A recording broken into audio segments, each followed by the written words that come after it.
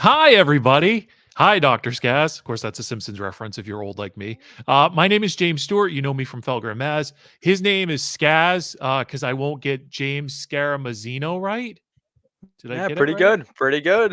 Yeah, Was it was that's it right on the close or nail. was it like percentile? Like No, nailed that it? was Scaramuzzino. I think you nailed it.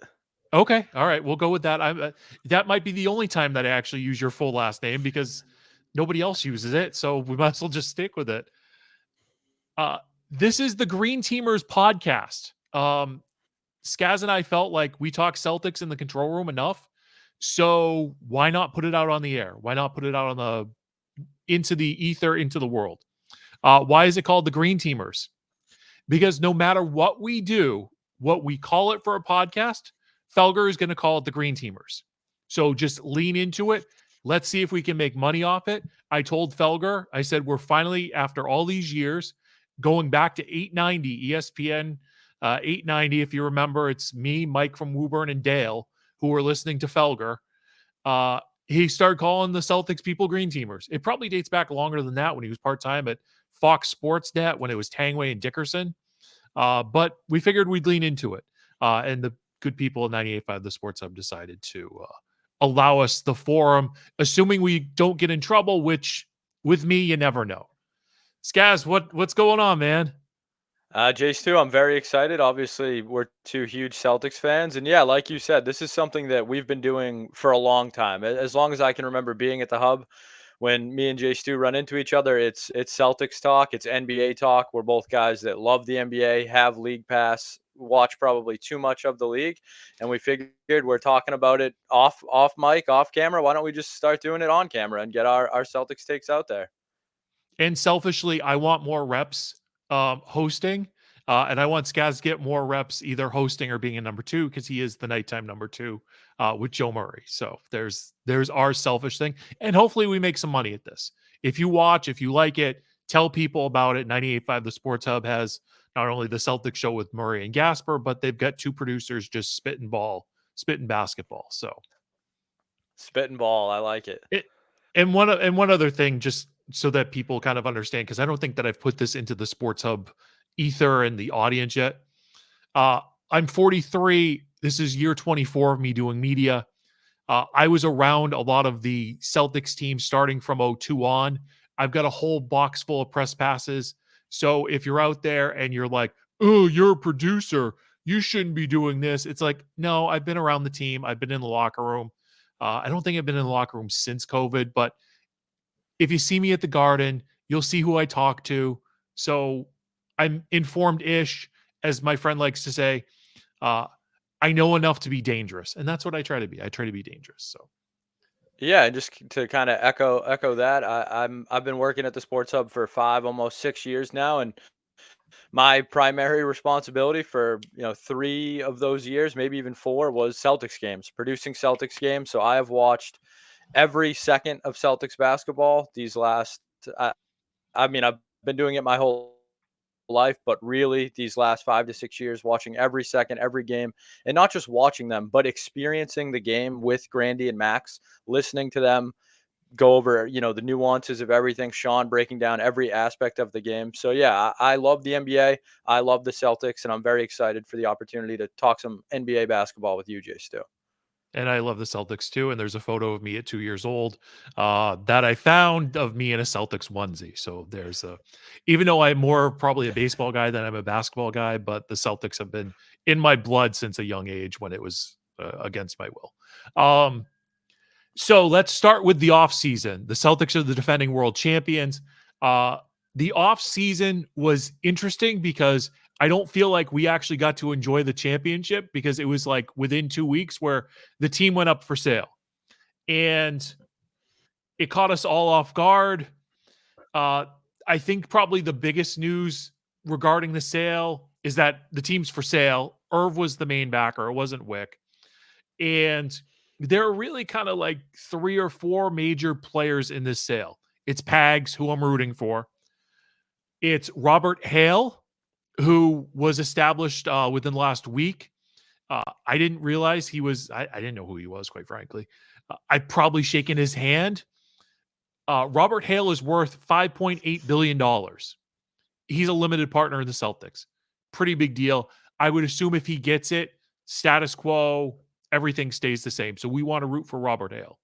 There's the Amazon crew of Jeff and Mark Bezos, and there's WinBet and any landowner that you can think of, because Mark Cuban is on the record in saying that he sold the Mavs because all these teams are being bought up by land developers, because that's where the money is more and more. So I'm rooting for Pags. I'm rooting for Robert Hale to retain ownership of the Celtics. I don't know when it's going to happen. I bet the deal's already done, and they just have to go through the proper litigation to finalize and announce it. Skaz, what do you think about the Celtics sale? Yeah, obviously a massive shock for Celtics fans, for NBA fans in general. We've been told by Wick for years that this was his baby. He was going to do everything he could to win a title, and then we found out he literally was doing everything he could to win a title. Maybe even spending too much money that it may have cost him his piece of the team. So yeah, I'm right there with you. I think the Robert Hale thing is very interesting. A local guy. He owns a telecommunications company out of Quincy. I think he's from Quincy. So anytime you have a local guy that's worth what you said, 5.5 billion or something like that. That's definitely the type of guy you want owning your basketball team. A guy that's knows what the Celtics mean, knows what the Celtics are about in Boston, what they mean to the city. So yeah, obviously hoping for someone like that, but still to me, I'm right there with you. Pags is the number one. He's a guy that's been there. He knows the ins and outs of everything. He knows this core, this group. He was there when they gave these guys these contracts. So you hope he'd be able to keep them together long term. So for me, yeah, Pags number one, Robert Hale number two, and then after that, it gets a little dicey for who would be the owner. I do think that people don't understand in the same way that Drew Holiday and Derek White are perfect star co-stars. And what I mean by that is Pags is like the perfect number two owner. He just wants to go to the games, invest, have his say in the meetings, and Wick can be the front man. But I assure you that if Wick was at a meeting or on a Zoom for a meeting, Pags was there too. I think Pags kind of got pushed to the side as too strong, but I think his role has always been there. He just didn't need to be out front. And Wick is a great front man. He's a hype man. He's in the community. I love Wick. Love Wick to death. And Wick's been a really good front man, but I think the importance of Pags cannot be understated in this whole scenario. And that's why I think like you should root for Pags to get it, to get a majority holder stake in the team. Yeah, I'm right there with you. Whatever's best for the Celtics is what I want, what Celtics Yes. fans want, and Pags has been there the longest. So let's keep Pags. Things are going great right now. I'm okay with them spending that much money, and if Pags is okay with it too, then why not? And so that leads to other stuff that happened during the offseason. Jason Tatum gets his maximum extension, 5 years, $314 million. There are probably other escalators and exceptions and da-da-da. Derek White gets his extension, 4 years, 126 million. Sam Hauser gets 4 years, 45 million. Sam Hauser, near and dear to my heart. I do think that there was a big loss. And they draft Baylor Shireman, who 6'6" guard, left-handed shot. I think is going to have a really good 10-year career just based on like he's a little older, year one, he's probably the year 10th guy, and we don't want to do a lot of 10th guys. But if he develops properly, 6'6" guard who can shoot deep, rebound the basketball well, and pass the basketball well, that's probably a future sixth man of the year award, year 3, 4, 5, maybe. Or maybe he balloons into a star and it's just one of those underrated things. But I think that's an important add for the long-term future of the Celtics. But one of the big losses, I think, of this Celtics team is Jeff Van Gundy. Now, Jeff Van Gundy, before the season came in, he was kind of looking for a job. He's on the record with all this stuff. In looking for a job to kind of like do something, but not be something. So he was the overhead, kind of like the big eyes, the outside voice looking over the Celtics and helping point people in proper directions. And there's a story that Jeff Van Gundy told before he left to take another job as an assistant on the bench. And I forget what team he went to. Was it the Clippers? It was someone they just saw in the preseason, or I saw him quoted recently when they were playing a team, and it couldn't have been more effusive in his praise for the Celtics, saying they are the most talented NBA team he's ever been around. It was the Clippers. He's the lead assistant on the Clippers. I did remember. Um, but Jeff Van Gundy has all these years of basketball and, just put it on when he needed to put it on. And I think from a tactical coaching standpoint, it helped having somebody who could balance out all of the analytics, all the other stuff, just an old school basketball guy. So I think that is going to be a big loss for the Celtics. Now, will it show up in the box score? Da, da, da? Probably not. But there's a funny story that Van Gundy told about during the Celtics winning streak. It was his turn to pick the practice music or the warm up music. And Jeff Van Gundy picked nothing. And they won so many games in a row. I forget what the actual streak was, but they won 10 in a row. I don't even know if they won 10 in a row in the playoffs. I should have looked at I should have double checked that. Stand by, Google search away. They won how many games in a row did they win? They won 1, 2, 3, 4, 5, 6, 7, 8, 9, 10. It was 10 in a row. Gotta trust myself more. But they won Yeah, 10 you're on. in a You're row on it. with no warm-up practice music, whatever it was. So it's like that little kind of detail about Van Gundy that I liked. Yeah, because when you look at the roster, all they really lost was Fima Hyluk and O'Shea Brissett. That's pretty much it. And for a team coming off a title, that's unheard of. We saw Denver lose pieces. It just that's how it usually works in the NBA. That's why the Celtics are in such a unique position to have a chance at a repeat. That they're built for it. Svi Mihalik and O'Shea Brissett. Brissett had his minutes on the Celtics. He was a fine, okay, ninth, 10th guy, but this team is coming back ready to go. They seem motivated. So, yeah, I'm going to have to agree that Van Gundy's probably the biggest offseason loss. So to your point, Skaz, about being motivated. Usually after a team wins a championship, it's a little let down. Maybe take your foot off the gas a little bit. This team was so disrespected during the offseason. And your two-star players in Jason Tatum, who is an all NBA player, by the way, amongst the elites, gets multiple did not play coaches' decisions during the Olympics. So Steve Kerr obviously hates Jason Tatum. He hates Jaylen Brown because he didn't have Draymond Green guard him in that 50-point blowout. So Jason Tatum's annoyed. And Jaylen Brown was the finals in MVP, didn't get an invite to the Olympics. I think based on the voting, he was the 16th player out of the 15 all NBA team players who were award winners, all NBA winners. So, and Joe Mazzulla is like, good. I'm glad they disrespected you. Now play better. And that's one of the reasons why I love Mazzulla and more on Mazzulla because we're both going to gush some green for Joe Mazzulla later on. But if we're talking about a letdown after a championship, the Celtics' two best players are annoyed. And that is not good for the rest of the NBA. No, they might even be pissed off, Jay Stu. They feel slighted. They feel disrespected. Jaylen Brown has been kind of going back and forth with Nike and now Team USA for feels like over a year now. And obviously, we're not going to do the whole Nike versus Jaylen Brown, that whole thing. We did it all summer, but something was going on there. Obviously, there was some thing between Grant Hill and Steve Kerr that they didn't want Jaylen Brown there. Maybe it impacted them playing Tatum. I don't know. There's a lot of, it's almost AAU politics that's going on there, so something deeper. But yeah, so if you're a Celtics fan, this summer was great. Did it suck at the Olympics with Tatum not playing? Yeah, sure. But long term, as a Celtics fan, these guys are ready to go. They're motivated. When you have a finals MVP and a guy coming off 3 straight all NBAs coming into a season as defending champs, this motivated, I can't remember it.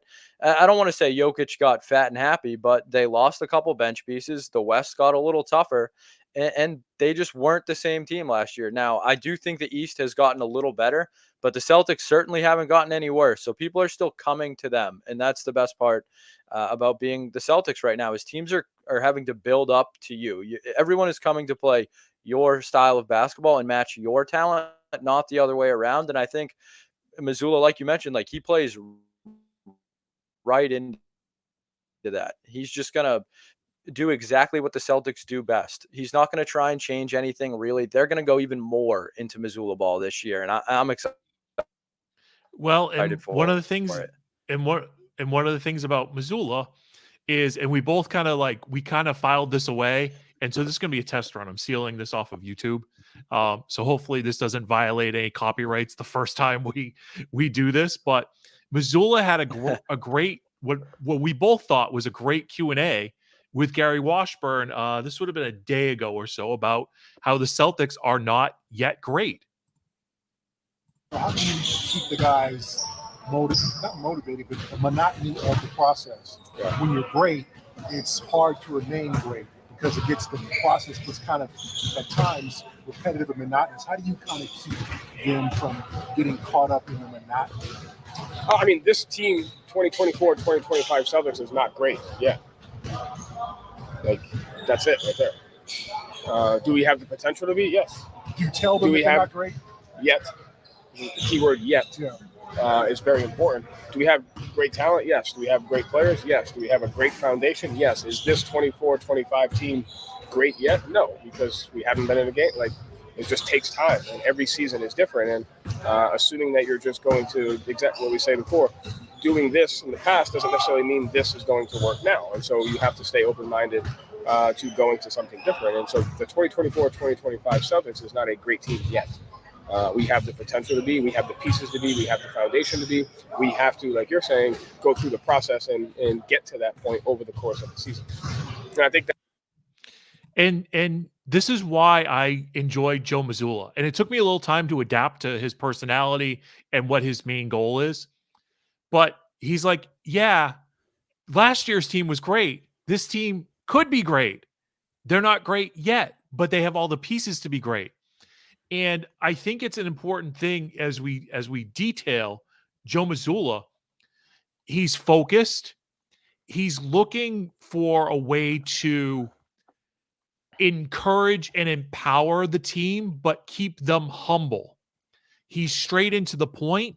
He tries not to get in the way. And if you need an example of that, watch the Netflix documentary, which I know you and Joe Murray did a whole show based around, was how he interacts with Tatum and how he interacts with the team. It's straight to the point. Here's the detail that you need to know. Here's how we can react to it. And here's the solution for the problem. And that's why I think that Joe is perfect right now for this basketball team. Won the title, was, in his words, 15 possessions away from at least making the finals the year before against the Heat. So he's got this good balance of knowing what to say, how to say it, and how to fix it. And I think that's the coach. Skaz, your thoughts?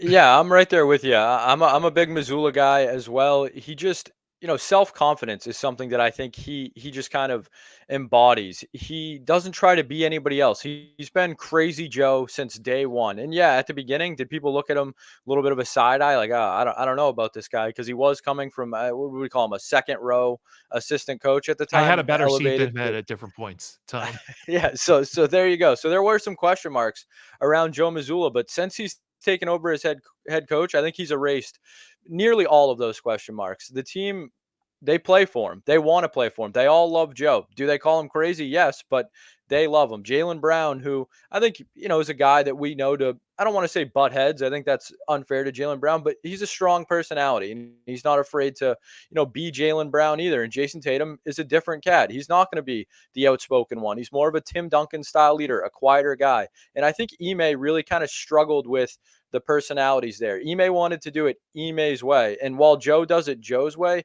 he also knows how to cater to each guy on the team and kind of just let them know, hey, I hear you. I know this is how it's going to work for you. It's not going to be the same for everybody. And I think Ime kind of did a more blanket style where it was Ime's way and that was the way it was going to be. There was no, well, some things are going to work better for some guys. Some things are going to work better for other guys.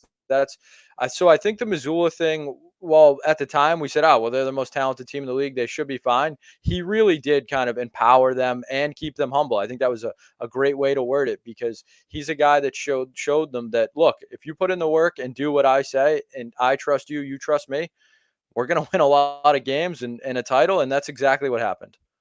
Well, so in going back to the trust thing, because this was on the Netflix documentary, where it's late in a game and he says to Jason Tatum, you make the read, and the read being, because this is I think fans are more, unless you're hardcore, like I nerd out on the LeBron James, JJ Redick podcast. I enjoy talking grease board stuff, things like that. So, but X's and O's in basketball are not as common ground as they are in football. Like Greg Bedard does the Felger and Maz thing. He's an X and O guy. He looks at the all 22. But in basketball, there are so many layers and reactions to actions, and the idea of seeing and throw, and in the same way with football, you're throwing to a spot, you're passing the basketball to a spot, and you're hoping that the layers of defense don't match up with the spot that you're throwing to. This is why there's constant movement on the Warriors offense when they were peak years, constant moving, motion. And that's something that doesn't get talked about the 86 Celtics, is what great passers Bird, Parrish, McHale, DJ, all of them were. But the idea that Mazzulla goes to Tatum and says, if you like the read, take the shot. But if I don't like the read, I'm gonna call a timeout. And Mazzulla let him go, and he took the shot, and what happened. And they chalk it up as, well, you had the right read, you had the right look, you had the right shot. Make or miss league. And I know that's very basic and that's not sexy for sports talk radio, but that's the reality of how the game is played. It's a make or miss league. And if you can adapt, like, I'll give you a perfect example. The reason why JJ Redick is the coach of the Lakers right now is because Darvin Ham couldn't figure out the grease board. And LeBron's doing a live job interview with JJ Redick, being like, do you know how I think? Can you play? Can you match up with how I think? And he just did it very publicly, because there's video out there. And I've talked to a Lakers friend of mine who Ham had no idea how to work the grease board, and players were confused with spacing and things like that. And so that's where Mazzulla's got to fix the timeout thing, but everything else, like, solid, I think. Yeah, I'm with you. Period. End of Obviously, he's sentence. still young. There's always room for growth, but no, I think Joe is the right guy for this team, and that was a huge question mark before last season. He's done everything I think possible to kind of just quiet that down. And that's another thing too, is this team had a ton of noise around them last year, where we do the national media thing and all that, but that was a real thing. The Jason Tatum playoff talk was real. The Jaylen Brown stuff was real. Can the Celtics get over the hump? Can they play together? Is this a real duo that can win titles?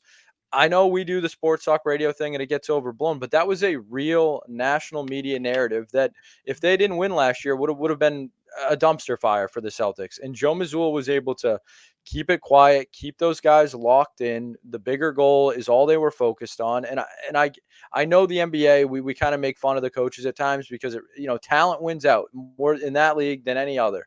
But with a younger core, I think the head coach is very important. And the Celtics have a younger core, and Joe Mazzulla was the right guy at the right time. And Brad Stevens, we're going to do a lot of Joe Mazzulla talk, a lot of praise for Joe Mazzulla. Brad Stevens is right there with him, because he found Joe Mazzulla. He found a lot of these guys on the rosters with Danny Ainge, and the team chemistry, the team, brainchild of Mazzulla and Stevens. The Celtics are in a great place, and that new owner better realize how important Brad Stevens is as well. Well, so it depends on who the owner is and if they want to pay the tab, and so on and so on and so on. So there's our first batch of Joe Mazzulla love. Yes. And it took me a while to figure him out, but the reason why he's so direct with the media is because he doesn't really want to deal with us people. He's really comfortable with Zolak and Bertrand. Because he's in a different form. He's not coming off of the game where he's thinking about, like, what do I do next? What's next? It's very Belichickian, except he's not Belichick yet. Maybe he becomes the Celtics Belichick. Maybe we'll see. but a lot of things have to stay there. So there's the first batch of Missoula love. Maybe that's a like graphic at some point. Missoula love with a little heart emoji or something like that. I don't know. Biggest threats to the Celtics, guys. So this is very unsexy. This is very sports talk radio-y. This isn't to get emotional. This is like logistically speaking. The biggest threat to the Celtics not repeating. And by the way, I would go over on 58 wins. I think they're going to win 60 again. I think they're going to be in the finals. They'll probably lose to some team, but I think they're going to be in the finals. I would pick them to win, but I don't feel like they're going to win, but I would pick them to win, if that makes sense. And I don't know who's going to win yet, but if I have to pick it today, I pick the Celtics to repeat. But I don't feel good about it. Like I would bet the Celtics to repeat, but that's my pick. The biggest threat to the Celtics is their health. Tatum and Brown have a lot of miles on them, and they're mad at the world. So like, anger can work in a couple different ways. Anger can get you too hyped up, where you're a little reckless with your body, or just the fact that they've been so healthy. Porzingis, it feels like, is coming back around January, February. You've got to balance out how you ramp him up to basketball shape, to playoff performance, get him in a rhythm, so on, so on, so on. Al Horford played 65 games in the regular season, 33 starts plus 19 postseason games, 15 starts, 84 games for Al Horford. And then Holiday and White, like, again, a lot of miles on them, a lot of hard defensive miles on them. And so health, I think, is the biggest threat to the Celtics going on a deep playoff run. Skaz. Yeah, I mean, other than there are some teams in the East that I'm sure we'll get to, but I think the Celtics' biggest opponent is still the Celtics. When you have as much talent as they do on the roster, they're absolutely loaded. And like you said, Jason Tatum and Jaylen Brown have been playing deep into the playoffs almost every single year of their careers. They play tons of minutes every year. Jason Tatum, I think, leads the league in minutes played since he's entered the league. Jaylen Brown, right there with him. Al Horford, like you said, I think we're going to see hopefully a lot more Xavier Tillman this year. He's worked on his 3-point shot. I don't hope so. Well, I'm holding out hope for Xavier Tillman. He's only 25. He's a work in progress. And if he can be Al Horford, mini Al Horford light, even, we'll take it. Just something to get the strain off of Al. But Holiday, like you said, a lot of, he had a couple minor things last year, no big injuries, but a guy that's played a lot of hard-nosed defense, deep playoff runs for him as well in Milwaukee and now with Boston. These guys tack on miles. It's what they do. Not everyone is LeBron. Not everyone can do this for 20 years and not really have any injuries. He started taking time management halfway through the season because he knew he was going on playoff runs. So for Boston, stay healthy. And I think this is where Missoula comes into play too. And Stevens, where it's manage these guys. The roster you have. Get them to the playoffs healthy. Do I think they can win 60 games? Yes. Do I want them to? Almost no, because the regular season is the regular season. Get to the playoffs healthy should be this team's number one goal. I don't think the 1 seed matters as much. The 2 seed, you hope they have home court advantage, but number one over everything else should be getting to the playoffs healthy. And so revenge tour, health, Skaz, what else is on your list of Celtics potential issues? I think the bench, I don't think they're, a massive issue, but what does Sam Hauser look like in an increased role? I think we're going to see more Peyton Pritchard this year. I think Sam Hauser is going to be asked to defend a little bit more. And I know he had his ups and downs in the playoffs. I thought he had some good games defensively against Indiana at times when they were running up and down the court. Horford, how do they manage Horford? I think is going to be a big thing. Tatum and Brown, I'm not worried about at all. White and Holiday, not really worried about them at all. Taking health out of it, if they're healthy, they're as good as a starting 5 that you're going to have anywhere. So for me, it's the bench, and then maybe, I don't know, we just did so much Missoula love. I can't call into question his timeouts or something like that. So yeah, I guess the bench would be my biggest concern. I know the Lonnie Walker thing, it seems like he might head to Maine. We're not 100% sure on that unless, Miami or Philly calls him or something like that. But what is your main concern for the Celtics other than health? Oh, they need another big. Okay, see, that's a good one. They need a veteran big who they can put in there for 10 minutes and just kind of like calm things down from a shot blocking point of view. Like, I mean, the murder hornet just sticking his arms up can only do so much. The Cornet contest, yeah. That's the like, I don't want to say Andre Drummond, but somebody younger than that. That would be my thing and it could be a young kid from college or a young guy that we don't know, just somebody who can understand the defensive system, be in the right spot, and contest a shot or two. I just need like 10 minutes of that. And that's something I 100% agree with, but I felt more that way when the Knicks still had Hartenstein. I think the Knicks losing Hartenstein is a very big loss because of the defense and the rebounding he brings them. And Cat pushes everyone out a little bit more. So I think in that particular matchup, the Celtics will still be okay. But you mentioned Drummond, Embiid's down in Philly. I don't know if you want to get into the Eastern thing now, but Yep. that's a team that the bigs could have a tough time matching up with. With Embiid, Drummond, Paul George is a bigger guy. So I still think the Knicks are better than Philly, but those are the two teams that did the most in the offseason. So this is who outside of the Celtics are threats in the Eastern Conference. We'll start with the Knicks, and I think they are the number 2 threat to the Boston Celtics. And this is embarrassing, right? I don't look at any of these teams and I'm like, yeah, they should beat the Celtics. They can beat the Celtics. Like my number 1 team is Indiana because they were probably like 12 possessions away from not being swept and taking the series to a game 7, right? That's some good Missoula talk right there. And I don't even know if it's 12, but it's such a it's like there's so many things that happened in game 1, game 3, and game 4. Like game 2 was the blowout, if I remember correctly, at the Garden. But those other 3 games, they could have gone the other way. They really could have, the ball, Jaylen Brown gets called for a foul on Siakam and the Pacers keep the ball. Instead, it's the Celtics ball and they run around until Jaylen gets a 3 that Siakam just, puts his body and his face into, doesn't even contest, and you get a double bang from Mike Breen, right?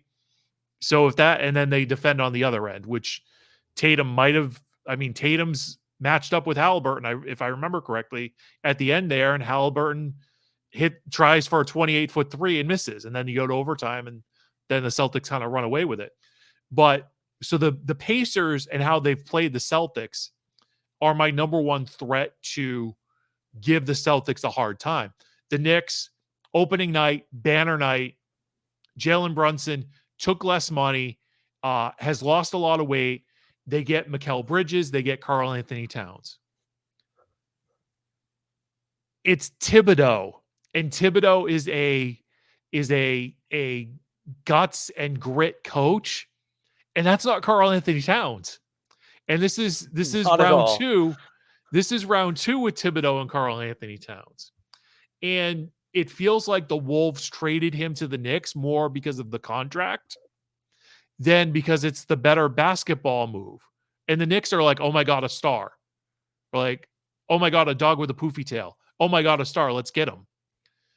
But I'm not sure that it fits with what Thibodeau wants to do. And schematically, they're trying to be the Celtics, where everybody can shoot from the outside. Towns is a stretch 5, although he's not a stretch 5 because because the Wolves had to bring in Gobert to play the 5 so Towns could play the 4. So now you've already seen Towns fail as a 5, and he's got to go back to being a 5 for the Knicks. And so that's why that doesn't really make sense. Now, are the Knicks going to give the Celtics a hard time because they're going to try to match them up and math works and all that stuff? Yes.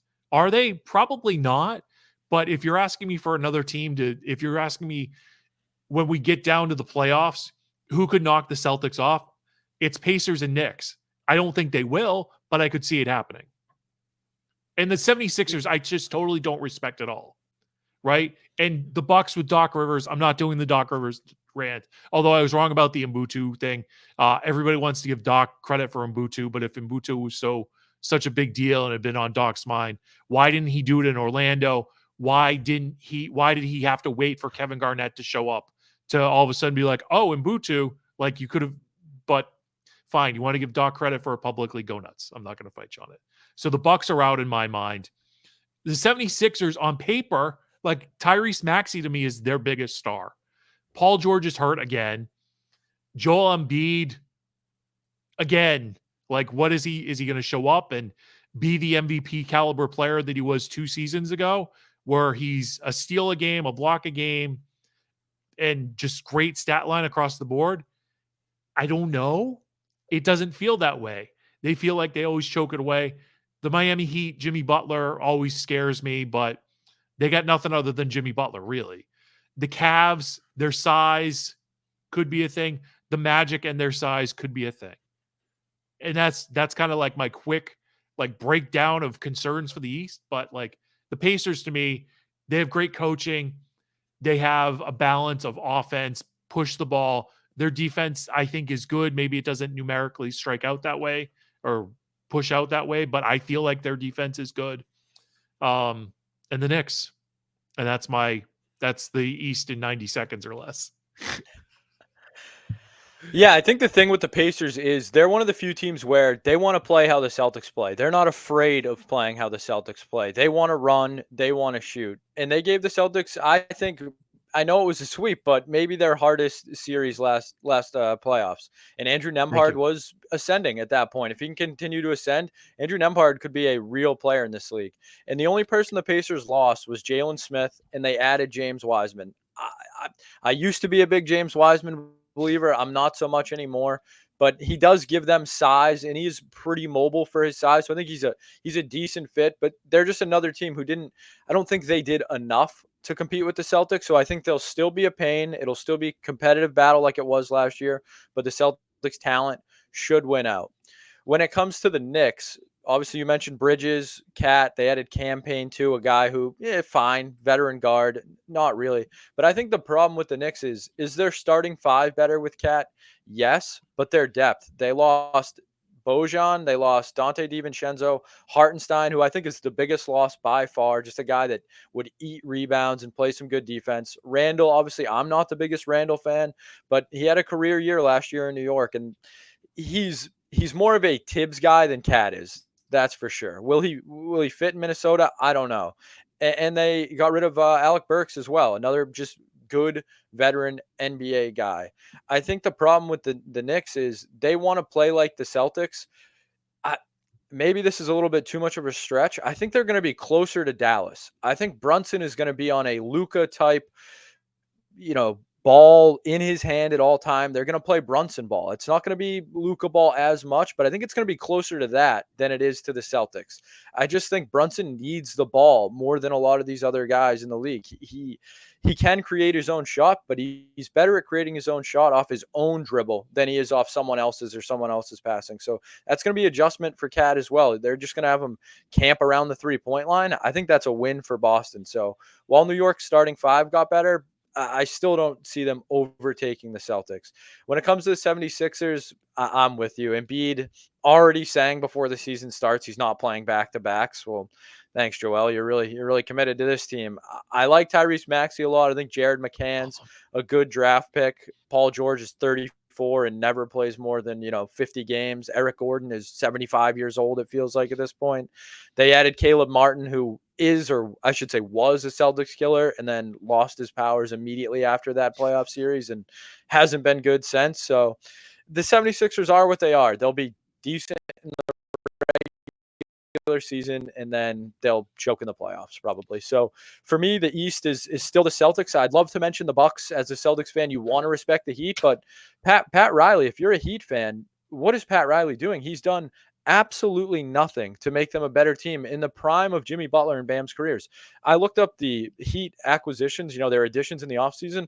One guy, they added Alec Burks. And I'm sorry, but That's not going to do it when you're trying to compete with Jaylen Brown, Jason Tatum, Derek White, Drew Holiday, like it's nowhere near close enough. So the Heat don't do anything for me. If you want a sleeper team in the East that could give the Celtics fits, I think it's Orlando. Yep. Wagner's great. Banchero's great. They added KCP. I know, Lakers fans were kind of sick of KCP, but I bet they'd love to have him back now. Corey Joseph is a decent add as well, but that's a team with their length, their youth has given the Celtics some issues in the past.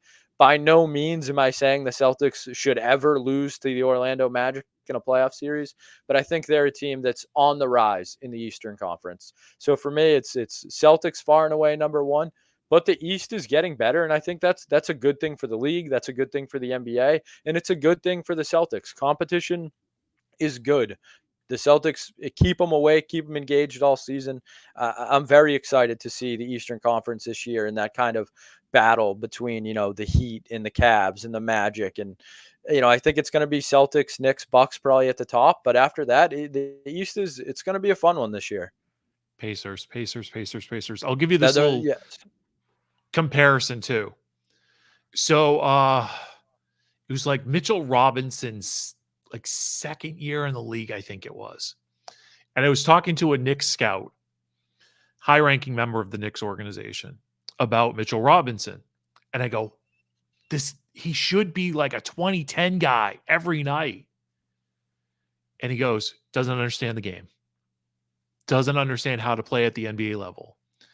So I'm kind of wondering if that's why James Wiseman is now a Pacer and not is because he's got to go somewhere where he can come off the bench and Rick Carlisle can teach him the game of basketball.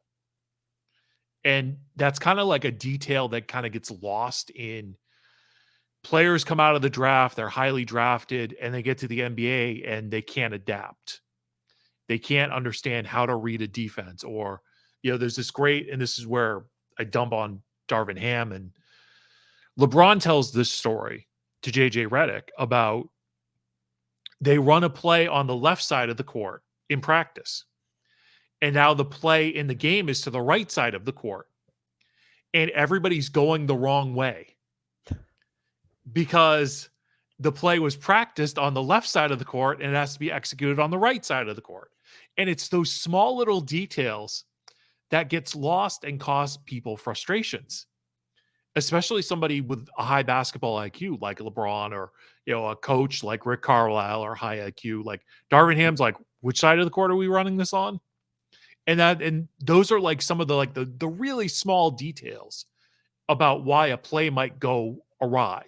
And this is why some players like load up on numbers and other players like can't figure it out because they can't figure out how to think the game.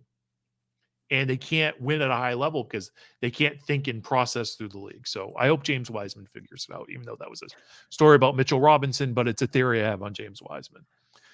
No, I like it. So, yeah, I'll throw in a little like nuggets from the J Stu archive every once in a while. The West, let's do the West really quickly because I think that the West is it is Denver and it is OKC. And those are the only teams that I kind of respect out West. And again, it's like the Thunder with SGA, like they're due for a run, right? I think the Wolves moving on from Towns is massively bad. And they'll probably win 45 games, but there's just something like I just don't think that Naz Reid, right? Naz Reid? Yes, Naz Reid. I'm going to do this a lot. I'm going to question myself because I don't always believe in myself. But Naz Reid going from sixth man to starter might work. It might not work. But again, that deal wasn't because of basketball reason. It was a deal for money reasons. So if you're looking at the finals, I think we get a Celtics Nuggets finals. And we'll see what happens from there. Skaz, your thoughts? Yeah, my thoughts on the West are similar. I think, Denver added Dario Saric and Russell Westbrook. I think Saric is a bigger add there, although he's not a game changer for Denver. Losing KCP and Reggie Jackson, that's going to hurt him a little bit.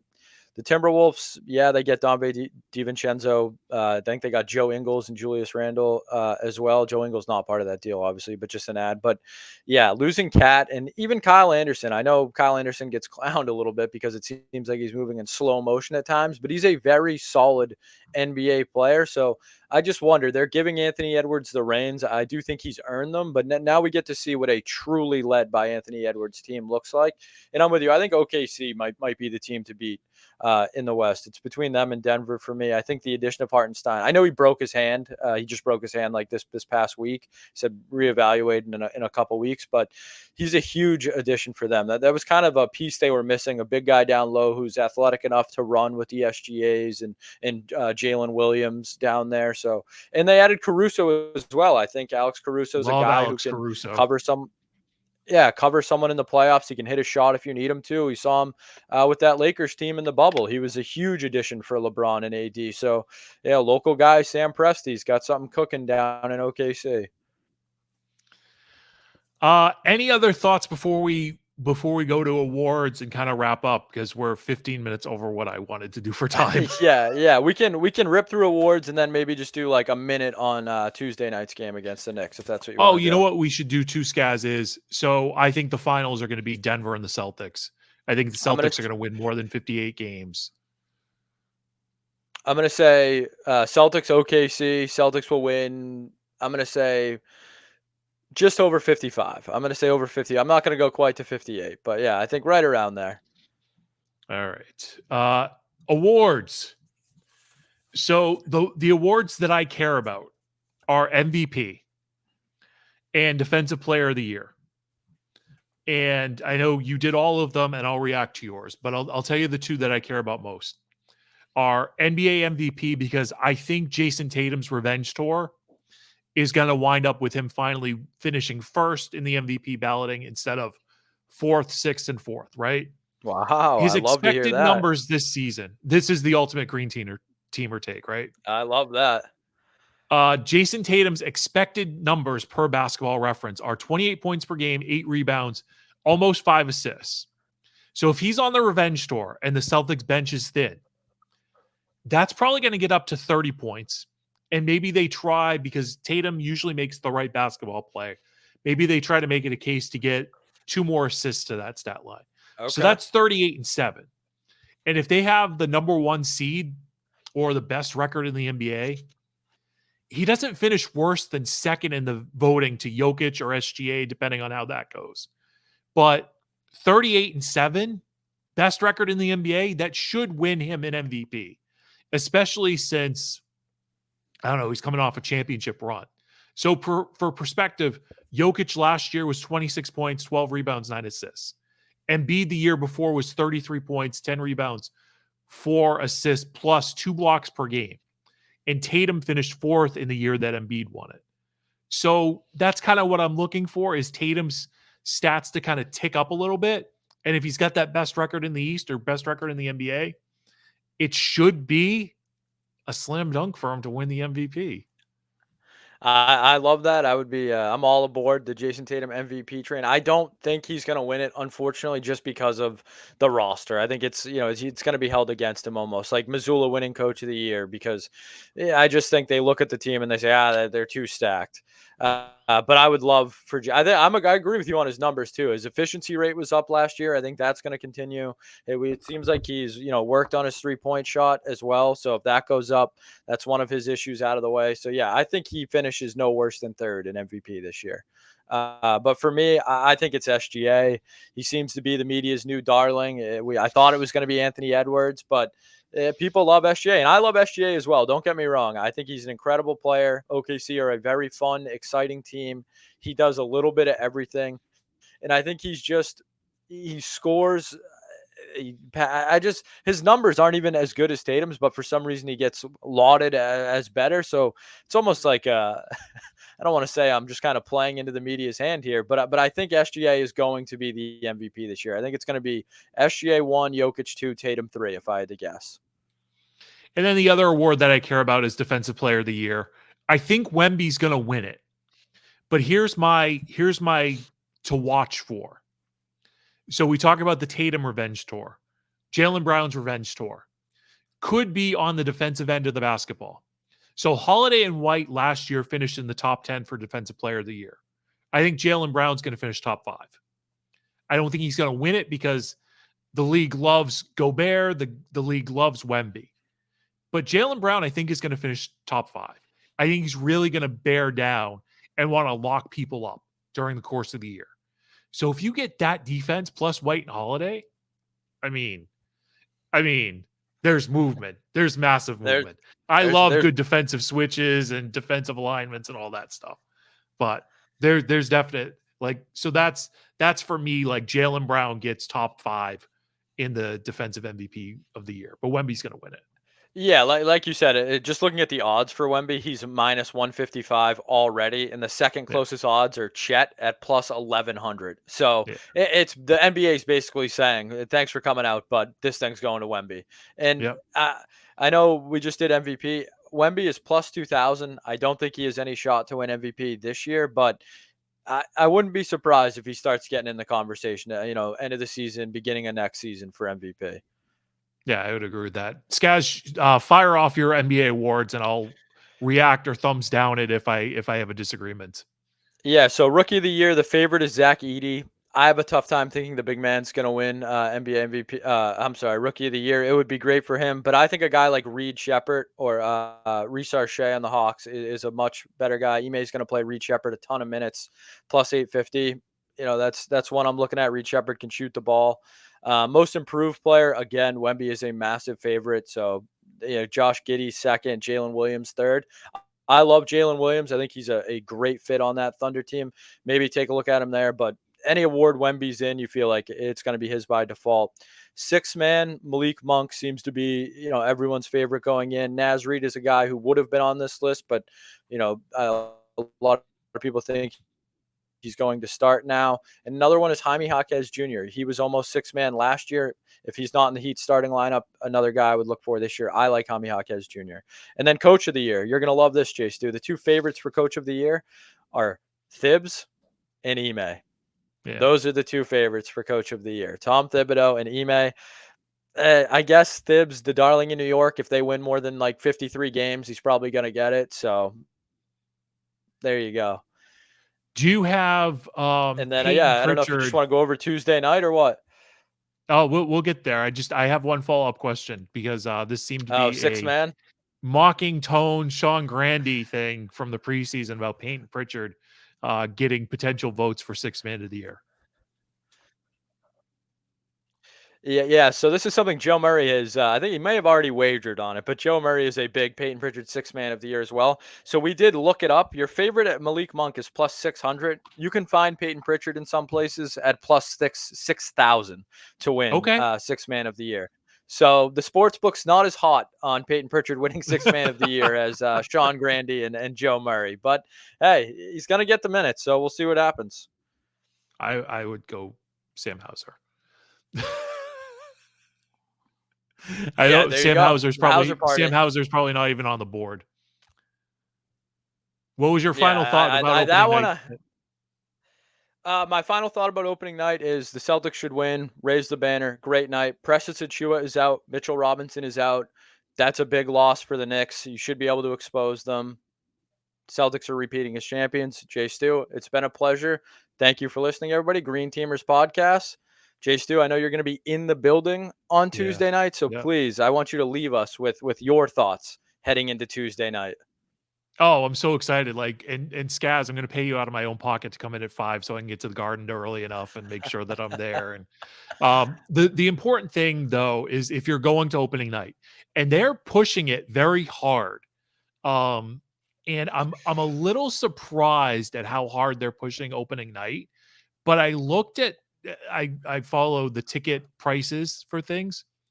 It's not absurd to get into opening night and see the banner go up, which is very surprising to me because of how tough the tickets were to get during the playoffs and how tough they have been for banner ceremonies, like the Garnett ceremony, the 08 ceremony, the Paul Pierce. Those are some of the tougher tickets. And this one, I know the Celtics are going to load up for this ceremony. Garnett and Pierce are in town for it. They're doing a big night live thing before, which I wish I could just call out sick and go to that, but I can't. Like it's good enough that you're coming in early to cover me so I can escape at 5:00 on Tuesday. But they say be in your seats at 6:45. And then the ceremony is going to go from like 7 to 7:30. I think it's going to be long. I think it's going to be good. And it'll be fun. And then it's kind of like the game is secondary, but because they kind of don't show up on these ceremonies, right? So like Pierce night, they get blown out. Garnett, they lose a close one to the Mavericks. Luka, I still have the video on my phone of whoever hit that shot. And it was Luka, I think, right? Or Dinwiddie. No, it was Dinwiddie. Out of it. Dinwiddie. It was Dinwiddie. Exactly you're right. Because Luka drove on Jalen, kicked out to Dinwiddie in his shot, and that was frustrating. But if you're at the Garden, please say hello. Have fun. The ceremony is going to be great. I think it's going to be great. They're raising a banner. So it's all good stuff. Skaz, thank you for spending an hour. This is going to be just me yelling for an hour to somebody instead of just into the ether about wrestling. My Stick to Wrestling podcast is still a thing, just so everybody knows. I'm not giving that up. But Skaz and I are going to do this every Sunday night. We're going to try to go live. I'm going to try and utilize Jay Stu's phone at different times and bring on a third person. I have ideas that I've told Skaz about. Very exciting ideas. Hopefully some of that will match up. And as we both kind of said at the beginning, we talk hoops. So we wanted to put our show into the ether and let the audience enjoy. So we will when we go live, we will try to involve you guys in a chat like it's a YouTube. Absolutely. And try and do that. And that is my Jerry. It's been a pleasure. And that is my Jerry Springer final thought for the show. Everybody enjoy the week. Skaz and I will plan to talk to you next Sunday night. Hopefully it's live. And if it's not, you'll just when it's live to tape. So it's close enough. Happy basketballing, everybody.